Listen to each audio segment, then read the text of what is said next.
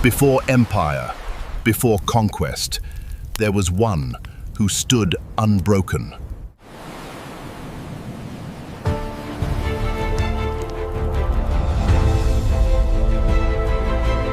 The sea has always been a storyteller.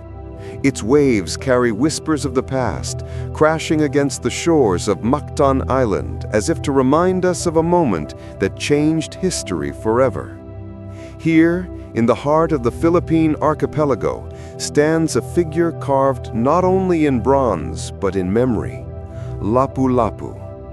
To some, he is a warrior, to others, a king. To all Filipinos, he is a symbol of defiance, the man who stood against the tide of empire. His story is not just about one battle, nor is it confined to the sands of Mactan. It is the story of a people, of freedom, and of the courage to say no when the world demanded submission. Tonight, we will journey across centuries. We will sail the seas of the 16th century, walk the bustling villages of pre-colonial Visayas, and stand shoulder to shoulder with warriors as dawn breaks over Mactan. We will see how one man's refusal to bow altered the course of history, not just for his island, but for an entire nation yet to be born. This is not merely history, this is legend. This is the entire story of King Lapu Lapu.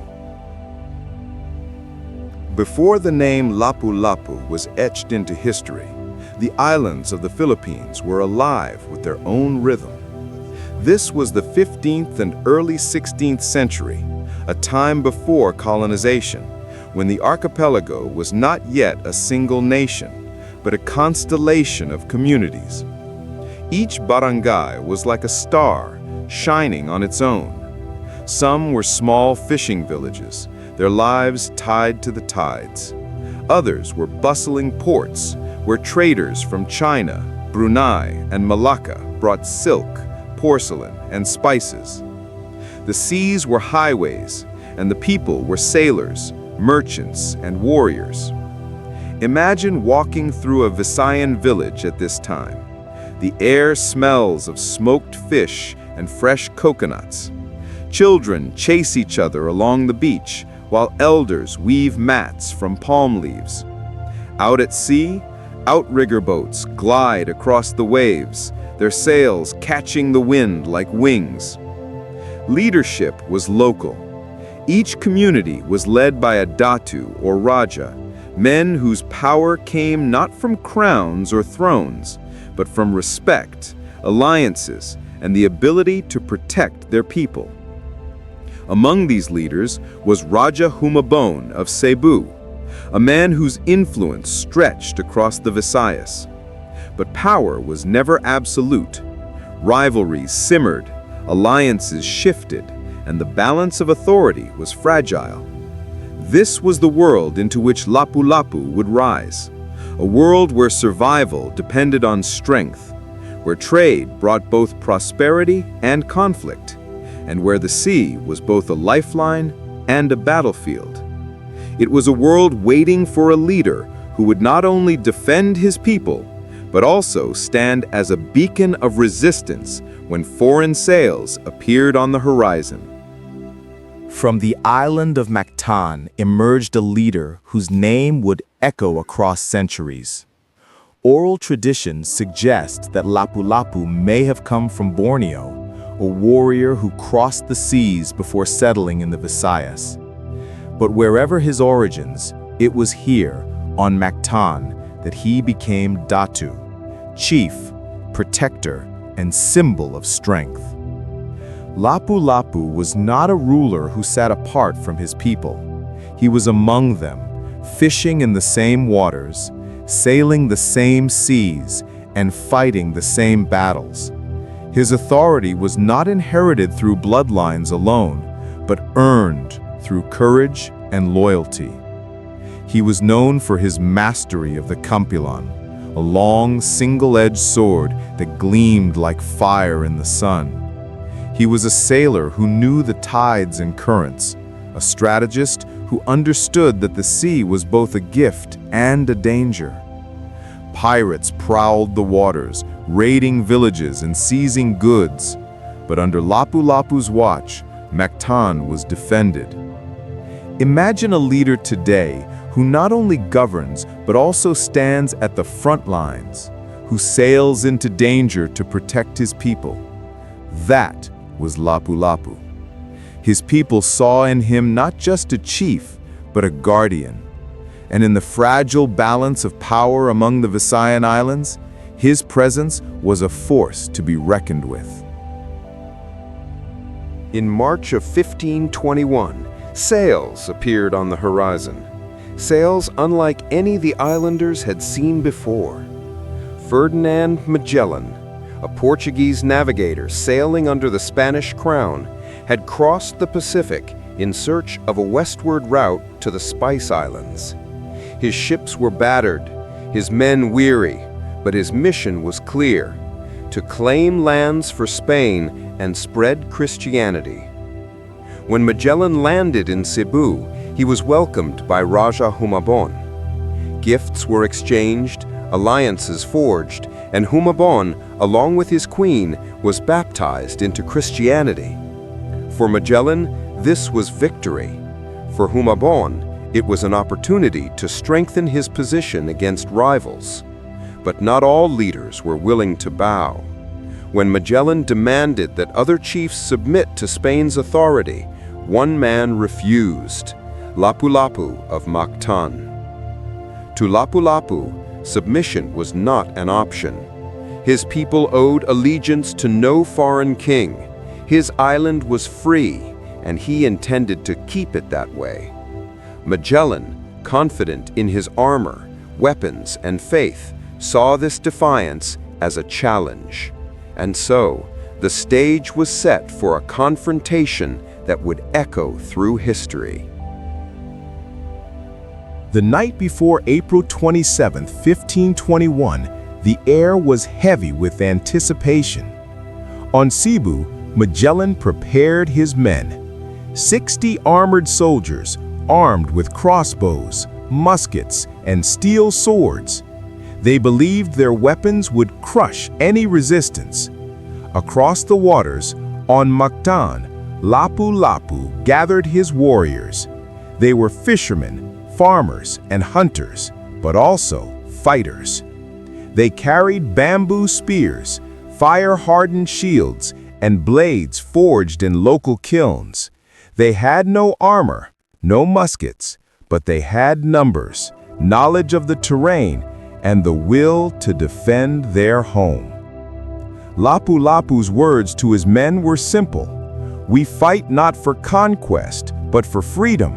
We fight not for gold, but for our children. Tomorrow we stand as one." As the fires burned low and the stars wheeled overhead, two worlds prepared to collide.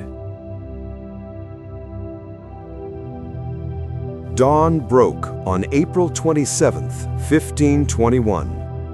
The tide was low, forcing Magellan's ships to anchor far from shore.